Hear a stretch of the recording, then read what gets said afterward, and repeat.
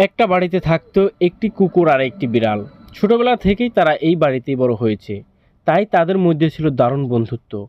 দুজন দুই জাতের প্রাণী হলেও তারা সবকিছুই একসাথে করত। খেলাধুলা, দৌড়ঝাঁপ, ঘুম, এমনকি দুষ্টুমি। সকাল হলেই কুকুরটা প্রথমে বিড়ালটাকে ঘুম থেকে তুলে দিত। তারপর দুজনে মিলে উঠানে দৌড়াদৌড়ি করত।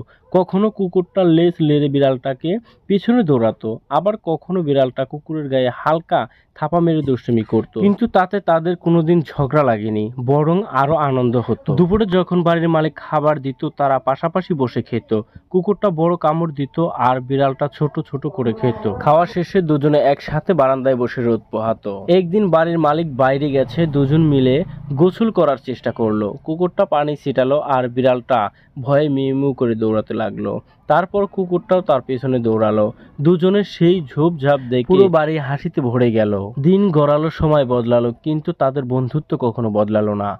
কুকুর আর বিড়াল দুজনে বুঝে গেল বন্ধুত্ব জাত ধর্ম মানে না, ভালোবাসা আর আস্থাই আসল বন্ধুত্ব বানায়।